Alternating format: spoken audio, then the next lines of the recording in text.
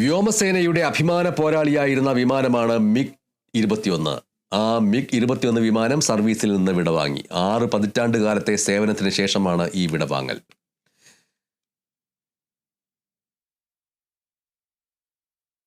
ഇന്ത്യയുടെ ഉറ്റ സുഹൃത്തായ സോവിയറ്റ് യൂണിയന്റെ പ്രതാപകാലത്തെ യുദ്ധവിമാനമാണ് MiG-21.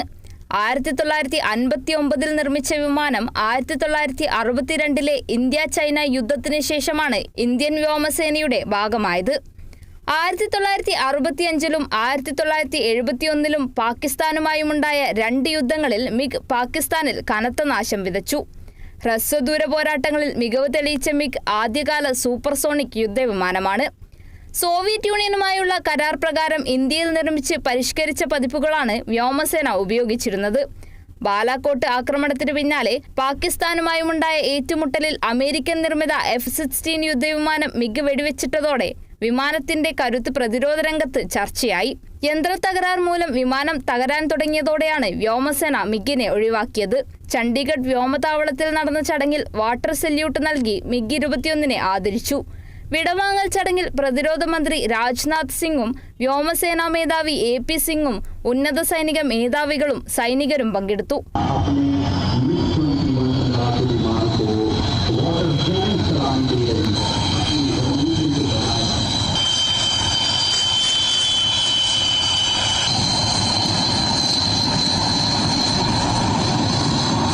MiG-21 ഒരു വിമാനം മാത്രമല്ലെന്നും ഇന്ത്യ റഷ്യ ബന്ധത്തിന്റെ ആഴത്തിലുള്ള തെളിവ് കൂടിയാണെന്നും മന്ത്രി പറഞ്ഞു. आज जब हम MiG-21 को इसकी ऑपरेशनल जर्नी से विदाई दे रहे हैं तो मुझे लगता है हम एक ऐसे अध्याय को विदा करने जा रहे हैं जो न केवल इंडियन एयर फोर्स के इतिहास में बल्कि हमारी पूरी मिलिट्री एविएशन की जर्नी में गोल्डन लेटर्स में लिखा जाएगा.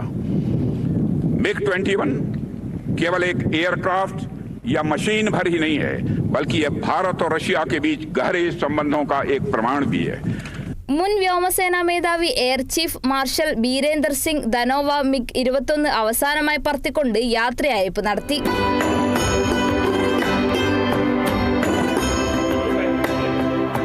आपके बाईं ओर से सफल उड़ान पूरी करके अब national desk Kerala vision news.